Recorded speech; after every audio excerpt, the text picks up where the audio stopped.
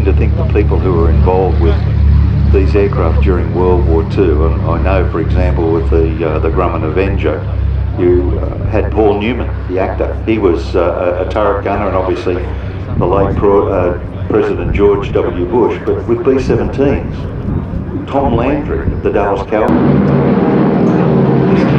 I'm becoming overwhelmed with that aircraft. Came up with an idea like, what a fantastic thing! Look at that, ladies and gentlemen. That is wonderful. Hugo Mathis, that's his brainchild. And to put that together, that is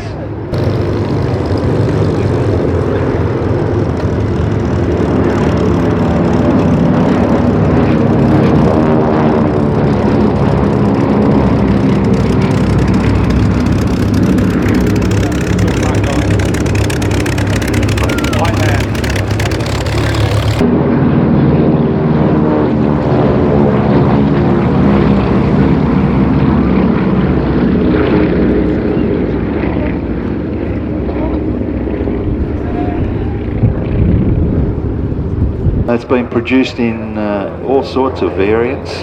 Believe it or not, there's up to 83 of them, from 5 to 17 seats.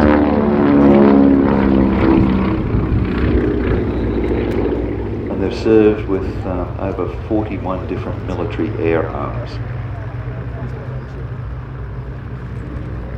Very similar to the Lockheed 10 and Lockheed 12, but considerably smaller, just a little bit smaller than the Lockheed 12.